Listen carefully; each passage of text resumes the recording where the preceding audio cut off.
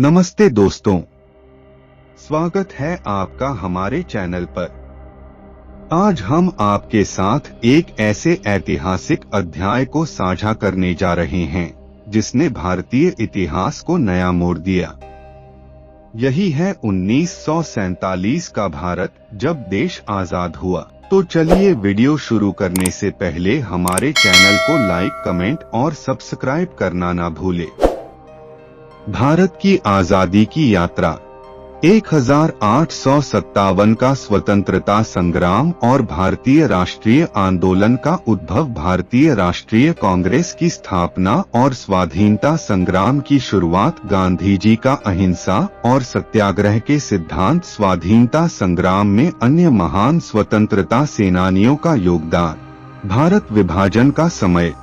1947 में विभाजन के पिछले दौर की समीक्षा, माउंटबेटन योजना और विभाजन की समझौता, पार्टीशन के बाद देश में हिंसा और दुख के दिन, प्रधानमंत्री नेहरू और संविधान। पंडित जवाहरलाल नेहरू की अहम भूमिका, भारतीय संविधान का निर्माण और अधिकारों का सुरक्षित करना। नेहरू जी की अग्रणी भूमिका भारतीय राजनीति में।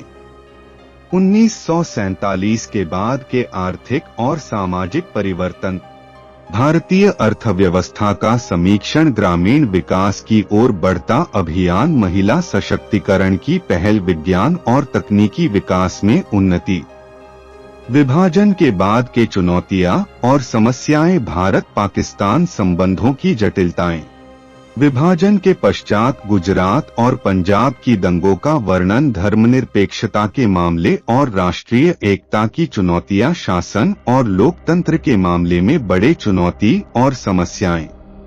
1947 का भारत, गर्व और महत्व, आजादी की कीमत और हमारी जिम्मेदारी। आपकी अपार उत्सुकता और प्रेरणा का धन्यवाद। इस प्रकरण के संदर्भ में हमने देखा कि 1947 का भारत देश के इतिहास में एक महत्वपूर्ण युग है। यह उस समय की कठिनाइयों, बलिदानों और संघर्षों का गवाह है जो हमें आजादी के बल पर खड़ा किया। हमें इस अनमोल विरासत के माध्यम से अपने अध्यायी भारत के प्रति अपनी जवानी और आनंद द्वारा समर्पित होना चाहिए। धन्यवाद और शुभकामनाएं।